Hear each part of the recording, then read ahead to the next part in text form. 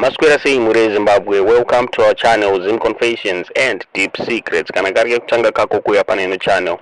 Please don't forget to subscribe. Kana uchingwa garoga subscriber.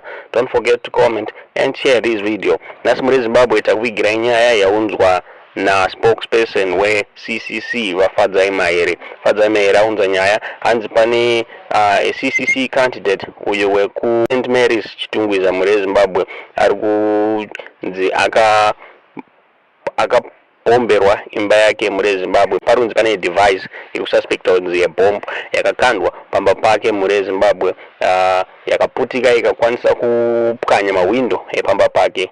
Pari kufungidzirwa kunzi device iyi payakakandwa, this device payakakandwa yakatageta main bedroom ndo payakapotsa ichinowira mucarport, chinoputikira mucarport, mawindo akapwanyika. Iyake candidate we CCC ari kunzi haana kukwara, akabuda asina kukwara asi